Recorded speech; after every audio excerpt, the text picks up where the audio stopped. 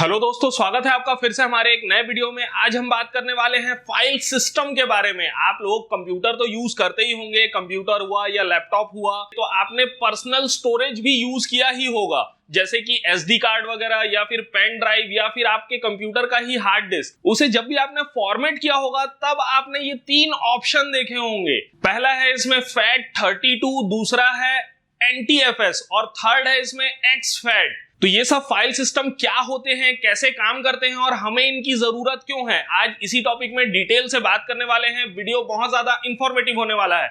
अगर आपने चैनल को अभी तक सब्सक्राइब नहीं किया है तो यही मौका है, तुरंत चैनल को सब्सक्राइब करिए ताकि ऐसे इंफॉर्मेटिव टॉपिक्स आपसे छूट ना जाए। तो मेरा नाम है अजीम, आप देख रहे हैं ऑनलाइन अजीम। चलिए शुरू करते हैं।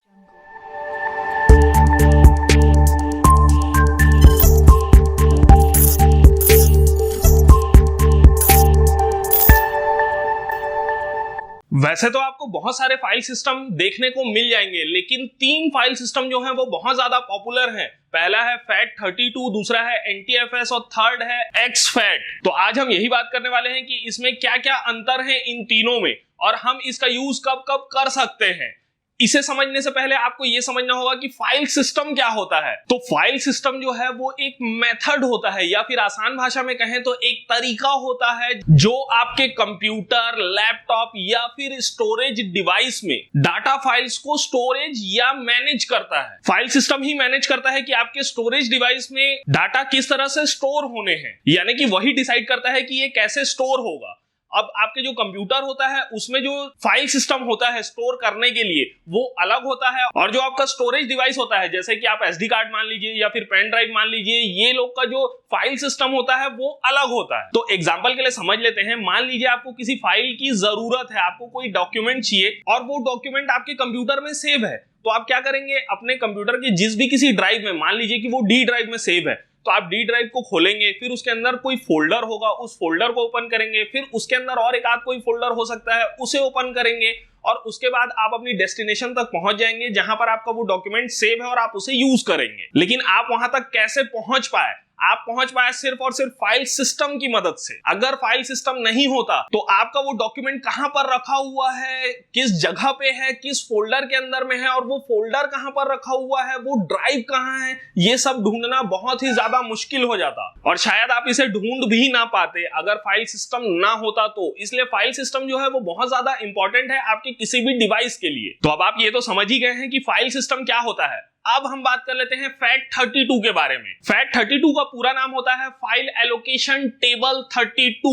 ये इंट्रोड्यूस हुआ था 1996 में। इसे हम यूनिवर्सल फाइल सिस्टम भी कहते हैं क्योंकि ये सारे के सारे ऑपरेटिंग सिस्टम में काम में लाया जा सकता है। ज्यादातर इसका यूज पेन ड्राइव्स वगैरह में किया जाता है। पेन ड्राइव का जो डिफॉल्ट फाइल सिस्टम होता है वो FAT32 ही होता है। वहीं मैं बात करूं तो इसमें डेटा स्टोरेज के लिए आपको 4 GB तक की ही फाइल का यूज करने दिया जाता है, यानी कि 4 GB से ऊपर की कोई फाइल होगी तो आप उसमें यूज नहीं कर सकते। एग्जांपल के लिए मान लीजिए कि आपकी कोई फाइल है, कोई मूवी है या फिर कोई ऐसा डॉक्यूमेंट है, जैसे कि मेरे YouTube के लिए जो मैं वीडियोस बनाता हूं वो बहुत बड़े होते हैं, यानी कि 4 GB से ज्यादा के होते हैं, 5 GB, 5.5 GB, 6 GB के होते हैं। अगर मैं इस फाइल सिस्टम से अपने पेन ड्राइव को फॉर्मेट करके रखूं और मैं अपने 6 GB के फाइल इसमें डालने की कोशिश करूं तो वो नहीं जाएगा। आपको कुछ इस टाइप का एरर देखने को आ जाएगा। तो मैक्सिमम साइज लिमिट जो होती है इसकी वो 4 GB ही होती है। 4 GB से कम कोई सा भी फाइल आप इसमें डाल सकते हैं और उसका यूज कर सकते हैं, लेकिन अगर 4 GB से ज्यादा बड़ी फाइल होगी तो आप उसमें यूज नहीं कर सकते। वहीं मैं बात करूं तो FAT32 फाइल सिस्टम को सिक्योर बिल्कुल भी नहीं माना जाता है क्योंकि इसमें सिक्योरिटी का ऑप्शन ही नहीं मिलता है। आप देख सकते हैं कि मैंने अपने पेन ड्राइव को यहां पर FAT32 में फॉर्मेट किया है। फॉर्मेट करने के बाद मैं इसमें राइट क्लिक करूंगा। राइट क्लिक करने के बाद प्रॉपर्टीज में जाऊंगा। प्रॉपर्टीज में आप यहां पर देख सकते हैं कि यहां पर बिल्कुल भी ऑप्शन नहीं दिख रहा है सिक्योरिटी का, मतलब ये बिल्कुल भी सिक्योर नहीं है। वहीं कंप्रेशन की बात करूं तो इसमें आपको कंप्रेस करने का भी ऑप्शन नहीं मिलता है, और इसका एक बड़ा नुकसान ये भी है कि आप इसमें कोई भी चीज इनक्रिप्ट भी नहीं करते, उसका भी ऑप्शन आपको यहां पर देखने को नहीं मिलेगा। वहीं बात करूं तो FAT32 से आप आसानी से NTFS में ट्रांसफर कर सकते हैं, मतलब आप आसानी से FAT32 को NTFS में कन्वर्ट कर सकते हैं। ये तो बात हो गई FAT32 की। अब बात कर लेते हैं NTFS की। NTFS का पूरा नाम होता है न्यू टेक्नोलॉजी फाइल सिस्टम। ये 1993 में लॉन्च हुआ था। यानी कि FAT32 से पहले ये भी बहुत ज्यादा पॉपुलर फाइल सिस्टम है। आप अपने कंप्यूटर या लैपटॉप का प्रॉपर्टीज चेक करेंगे तो आपको डिफॉल्ट में NTFS ही देखने को मिलेगा, क्योंकि इसका स्टोरेज कैपेसिटी बहुत ज्यादा है। इसमें आप 16 TB तक आसानी से कोई भी फाइल को रख सकते हैं, यानी कि कोई भी एक फाइल 16 TB तक की भी होगी तो भी आप इसमें सेव करके रख सकते हैं, जो कि FAT32 के 4 GB से काफी ज्यादा है। वहीं बात करूं मैं इसमें, तो आपको इसमें सिक्योरिटी का ऑप्शन भी मिल जाएगा। आप देख सकते हैं यहाँ पर हम अपने पेन ड्राइव को NTFS में फॉर्मेट कर चुके हैं।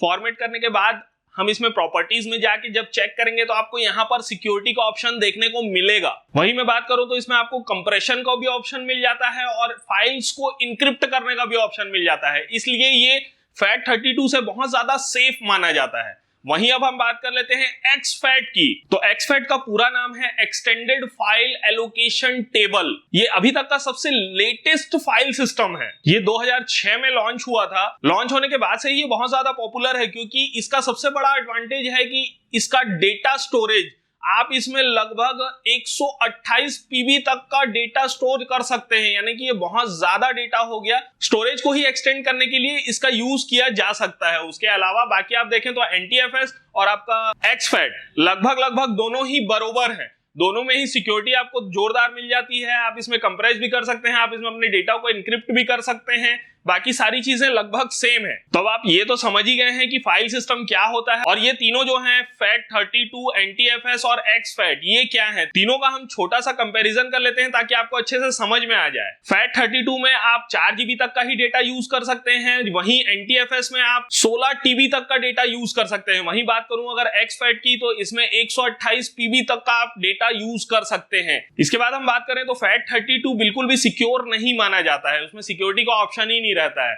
वहीं अगर बात करूं NTFS की, तो NTFS में सिक्योरिटी का ऑप्शन मिलता है, ये FAT32 से बहुत ज्यादा सिक्योर है। वहीं XFAT में भी आपको सिक्योरिटी का ऑप्शन मिल जाता है, वो भी सिक्योर है। बात करें कन्वर्ट की, तो आप FAT32 को NTFS में कन्वर्ट कर सकते हैं, लेकिन NTFS को आप FAT32 में कन्वर्ट नहीं कर सकते। वहीं XFAT की बात करूं तो अगर आप XFAT का यूज कर रहे हैं तो FAT32 की आपको जरूरत ही नहीं है, तो कन्वर्ट करने का सवाल ही नहीं उठता। FAT32 में आप फाइल को कंप्रेस नहीं कर सकते, वहीं NTFS में कंप्रेशन का ऑप्शन मिल जाता है। XFAT और NTFS दोनों में आपको दोनों ही ऑप्शन मिल जाते हैं। साथ ही साथ आप FAT32 में इनक्रिप्ट भी नहीं कर पा रहे थे, जो कि NTFS और XFAT दोनों में ही आप इनक्रिप्ट कर सकते हैं अपने डेटा को। तो उम्मीद करता हूं फाइल सिस्टम FAT32, NTFS और XFAT के बारे में आज आप डिटेल से समझ गए होंगे। तो वीडियो को लाइक कर दीजिए और शेयर कर दीजिए, और अगर आपने चैनल को अभी तक सब्सक्राइब नहीं किया है तो तुरंत ही चैनल को सब्सक्राइब कर दीजिए, ताकि ऐसे इंफॉर्मेटिव वीडियोस आपके पास जल्द से जल्द पहुंच सके। मिलते हैं ऐसे ही फिर से कोई नए जोरदार टॉपिक के साथ, तब तक के लिए जय हिंद।